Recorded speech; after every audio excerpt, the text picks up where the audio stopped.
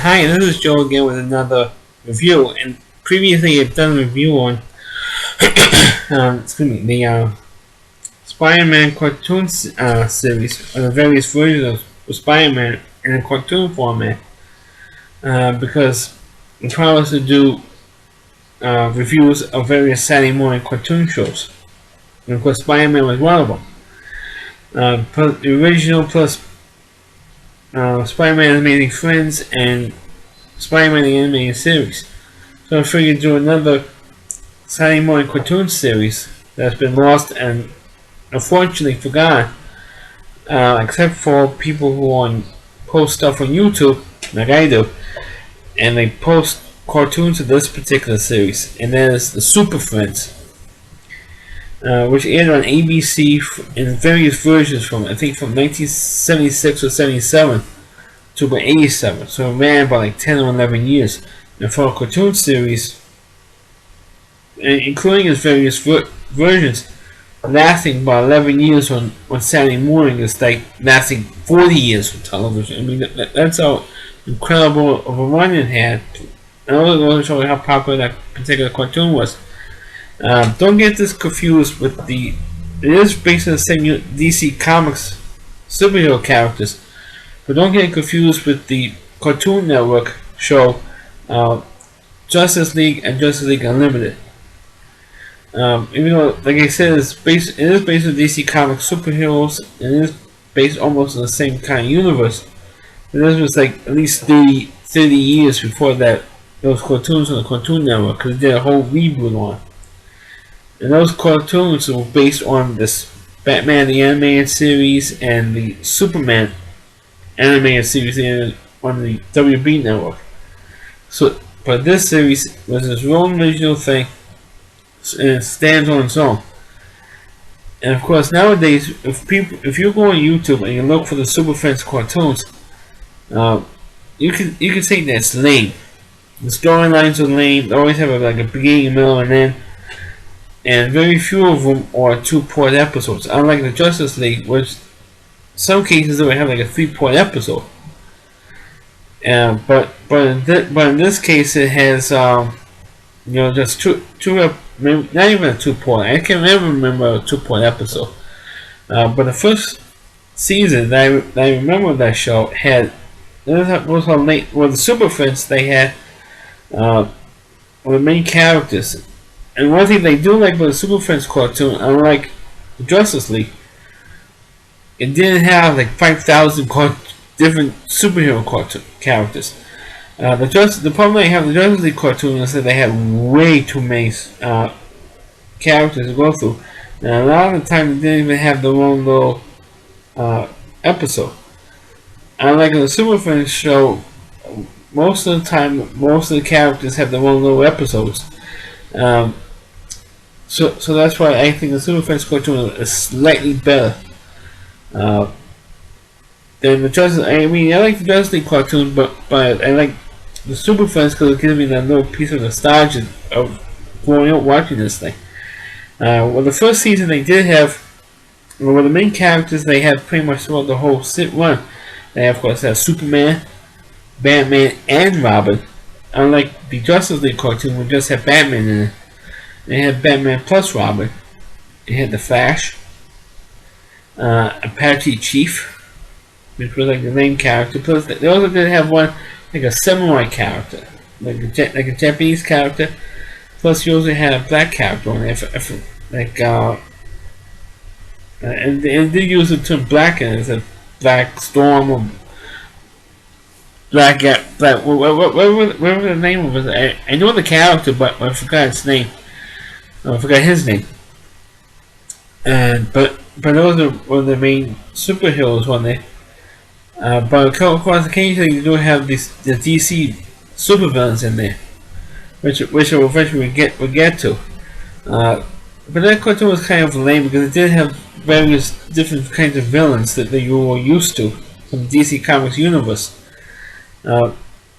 Plus, they also had 2 teenagers on that show, one boy and one girl, who wanted to become, well, at least the boy anyway, wanted to become a superhero and was learning. It's kind of like a superhero intern. Uh, he wanted to learn from the Super Friends to become a superhero. Plus, they also had like a dog with them. But that was kind of lame, and that lasted like maybe like one season. And then you have the more traditional Super Friends cartoon, which they have.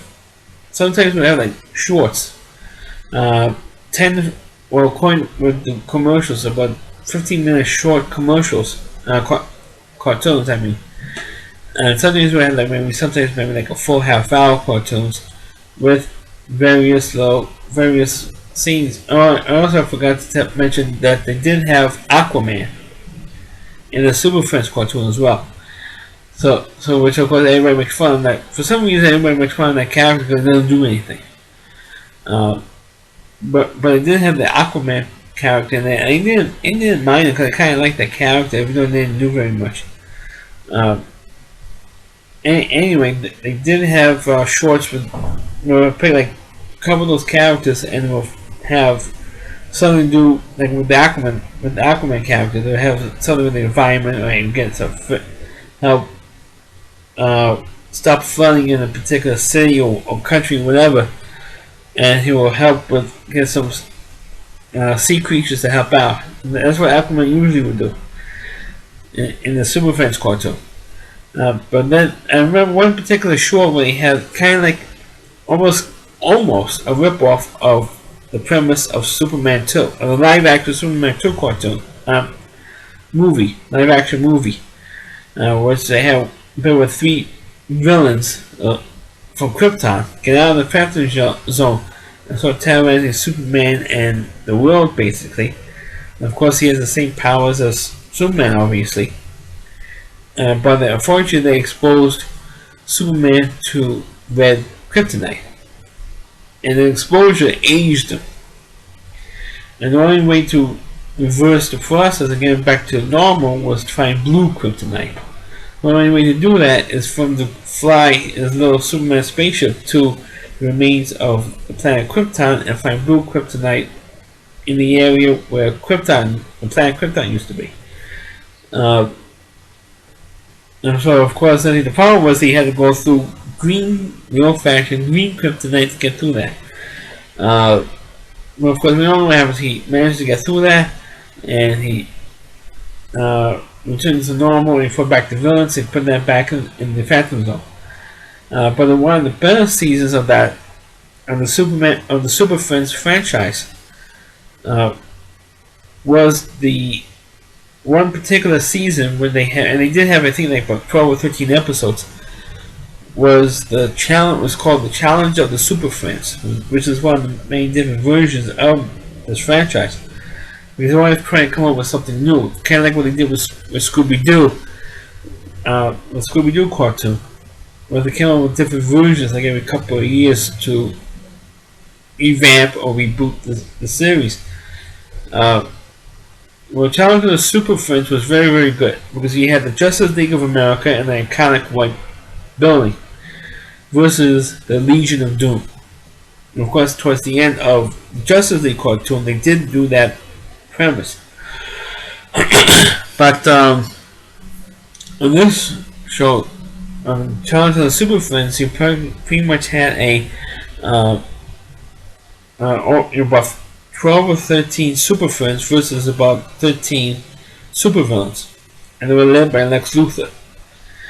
And you did have at least one super villain versus a super friend. You had, of course, actually had Lex Luthor. I think you had more Superman villains than any other character. You have for the Legion of Doom, you had, of course, Lex Luthor. You had Solomon Grundy. You had Toyman. You did have Toyman in there. You had Captain Cold, which was, of course, the main villain for the Flash. You had Black Manta, who was the top villain against Aquaman. You had Cheetah, who was, of course, one of the top villains for Wonder Woman. You had Bizarro, who was another Superman villain. You had the Riddler, who was of course the one of the villains for Batman and Robin. I guess they couldn't use the Joker or whatever reason. They picked the Riddler for Batman and Robin. They had Grog, who was a talking gorilla. And of course, they had Giganta, who was supposed to be the arch nemesis of Apache Chief. And those cartoons were very good. And I think you can also find them on YouTube as well, because they did one particular episode where they go back in time when the Legion of Doom was back in time and tries to stop particular superheroes when they were little kids, to stop, prevent the one particular moment that makes them into the superheroes that we know. That was a pretty good one. And of course, at the end, eventually they stopped their plans, and what was annoying was they never really captured them. At least if they do, they don't stay captured long enough. And they're always somehow escaping at the end of the episode. We don't really go and catch them. We're going to catch them because we're super friends, But one of the last years of the franchise, I think last year the franchise was called they expanded it to, I think, to an hour. As I remember, they expanded to an hour, and they brought in the villain Darkseid. And unlike in the Superman the Animated Series, which aired in the late 90s, early 2000s, when Darkseid was Superman's villain, in this case he was villain of everybody, pretty much. And in this version, he was got the hats for. Not only was he looking for the item that his character was known for, this equation or something, but he also had the hats for Wonder Woman. So you had that angle that they were playing off of a lot with the Darkseid character. But for the most part, this was a pretty damn good cartoon. And if anybody want to see the original Superfriends cartoon before the Justice League, I suggest you check it out on YouTube. Now, of course, about 20 years or something like that, the cartoon was laid pretty much dormant until it was revived on the Cartoon Network as Justice League. Now, I haven't seen all the episodes on YouTube or whatever. I try and check them all out, but it's only so limited. Because I think for copyright rules or whatever, they only have an X amount of episodes on there. But with Justice League Unlimited, I was able to see that show. Because the reruns were airing on the CW network before the CW network was that network to broadcast Saturday morning cartoons. So I was broadcasting that series on Saturday mornings, and it only lasted, I don't know how many episodes they actually aired. Because they didn't personally count them, but they in a bunch of them was labeled Justice League Unlimited, not the previous series, which was Justice League. But anyway, for the most part, I actually did kind of like that cartoon. But of course, the problem I had with the Justice League cartoon compared to the original Super Friends was that Wonder Woman was flying on her own. What I mean is, I grew up with the Wonder Woman character. To tell you all the truth, because I used to watch the live-action Wonder Woman series with Linda Carter, and to this day, more than 40 years, or almost 40 years later, since the show was on the air, I still have a crush on Linda Carter. Because that woman, she never aged. God bless her. She never aged. Linda Carter. So I did have a question on her, and every time, so that's why I watched the Super Friends cartoon, because that character was in it, and she never flew on the show, either on the live action show or the original Super Friends cartoon. All she did was the only time she flew was she flew her invisible plane. That was about it. She never actually lifted off the ground herself and flew through the air like Superman. I don't know why they did that for the Justice League cartoon. I don't know if there was ever in the comic books. That's Wonder Woman flew on her own. I don't know why. They put that in there, but they put that in there. And like on the Justice League cartoons, they had characters I never even heard of, like the Question, the guy with absolutely no face, the Martian Manhunter, which I think the Martian Manhunter was in the last season of the Superfriends cartoon. I think he was. Uh, but also was Darkseid was as well. But you also had like Black Canary.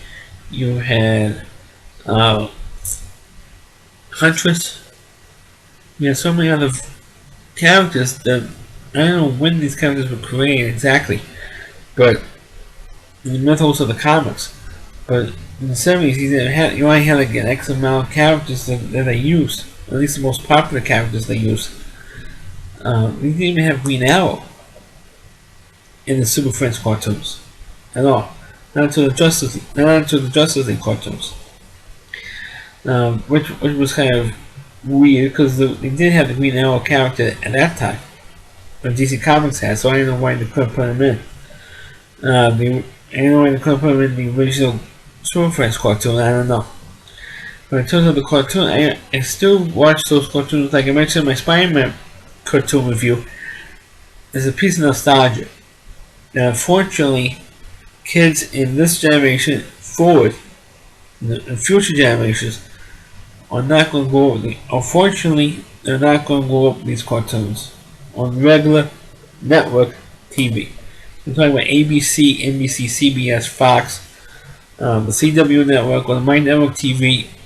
It's a damn shame these kids are not going to get up early on Saturday morning and watch cartoons. Unless they happen to have cable TV, then Cartoon Network or Boomerang, and you can see these cartoons for free. Well, not really free, you have to like pay for it to see. Unfortunately, you have to pay for it to see those cartoons now. Unless you have to see it on YouTube, catch these particular cartoons on YouTube. And it's a shame because I feel like I have better things to check out on YouTube than check out cartoons. But it's fun if once in a while to turn on, put on one of these cartoons because, like I said earlier, it's a piece of nostalgia that people my age and maybe a little bit older who grew up on these shows, unfortunately, never going to see it again. So that's my review of the Super Friends cartoon. Please rate the video. Please feel free to comment on. And if I left something out, feel free to comment on it. Or if you disagree with anything I've said, feel free to comment on it. Please click on please rate the video. Please subscribe to my channel. And please forward this video onto your Facebook pages. Thanks for watching and catch you next time.